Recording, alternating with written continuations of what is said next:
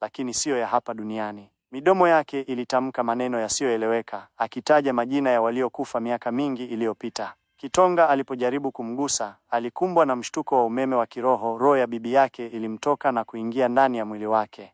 Ndani ya siku 7 zilizofuata, Kitonga alijifunza lugha ya mizimu, kuchora alama za damu na kuzungumza na wafu. Usiku wa 7, alikumbwa na maono. Kijiji chake kiliteketea, watu wakiungua kwa moto wa kivuli, na jina lake likiwa midomoni mwa wachache waliobaki. Kitonga ndiye aliyetuletea laana.